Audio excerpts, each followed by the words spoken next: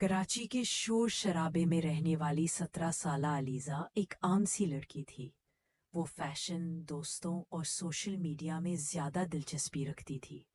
नमाज कभी कभार पढ़ती, कुरान बहुत कम पढ़ती थी, लेकिन दिल में अल्लाह पर ईमान रखती थी। एक दिन स्कूल से वापस आते हुए इसने देखा कि एक बूढ़ी खातून सड़क किनारे गिरी हुई है। अलीज़ा ने फौरन रक्षा रोका, उनको पानी पिलाया और घर छोड़ आई। बूढ़ी खातून ने जाते जाते कहा, बेटी, तुम्हारी दुआ जल्द कबूल होगी, बस अल्लाह को याद रखना। ये बात अलीज़ा को अजीब लगी, क्योंकि उसने तो कोई दुआ मांगी ही नहीं थी। चंद दिन बाद अलीज़ा के वालिद की तबीयत खराब हो गई और पता चला कि उनको जिगर की बीमारी है।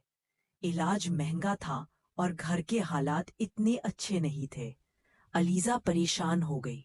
वो रात को रोती थी और दिल ही दिल में अल्लाह से कहती, या अल्लाह, अब्बू को ठीक कर दे। मैं जो भी गलतियां करती हूँ उन्हें छोड़ दूंगी। उसी दिन रात को उसने पहली बार तहज्जुद पढ़ी। दिल में एक सुकून सा आ गया। अलीज़ा ने नमाज पाबंदी से पढ़ना शुरू कर दी। रोज़ाना कुरान की चंद आयात पढ़ती और उनका तर्जमा भी देखती।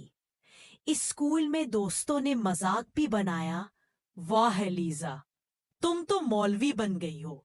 लेकिन अलीज़ा को अब परवाह नहीं थी। उसे महसूस हो रहा था कि उसका दिल मजबूत हो रहा है। चंद हफ्तों बाद अब्बू की रिपोर्ट्स बेहतर आने लगी। डॉक्टर ने कहा, ये हैरत अंगेज है, मरीज की हालत तेजी से संभल रही है। अलीज़ा को फौरन वो बूढ़ी खातून याद आ गई। क्या वाकई दुआ कबूल हो रही थी? अब्बू की सेहत कुछ बेहतर हुई, लेकिन इलाज अभी मुकम्मल नहीं हुआ था।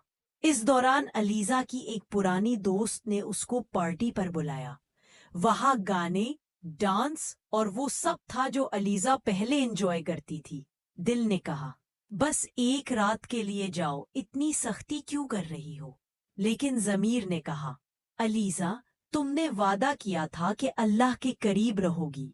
इम्तिहान यही है। अलीज़ा ने हौसला किया और माजरत कर ली। इस रात उसने रो कर दुआ मांगी, या अल्लाह, मेरा ईमान मजबूत रख। कुछ महीनों बाद अब्बू बिल्कुल सेहतयाब हो गए। घर में खुशी का समा था।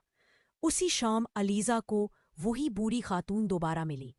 अलीज़ा ने उनसे कहा, आपने कहा था कि मेरी दुआ कबूल होगी, आपको कैसे पता था? बूढ़ी मुस्कुराई और बोली, बेटी, मैंने तुम्हें उस दिन दुआ दी थी कि अल्लाह तुम्हें अपनी तरफ बुलाए। तुम्हारे दिल की हिदायत ही असल कबूलियत थी।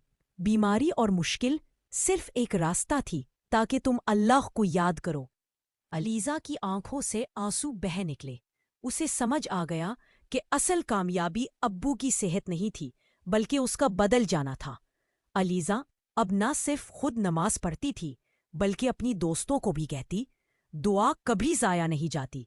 कभी अल्लाह हमें वो नहीं देता जो हम चाहते हैं, बल्कि वो दे देता है जो हमारे ईमान के लिए बेहतर होता है।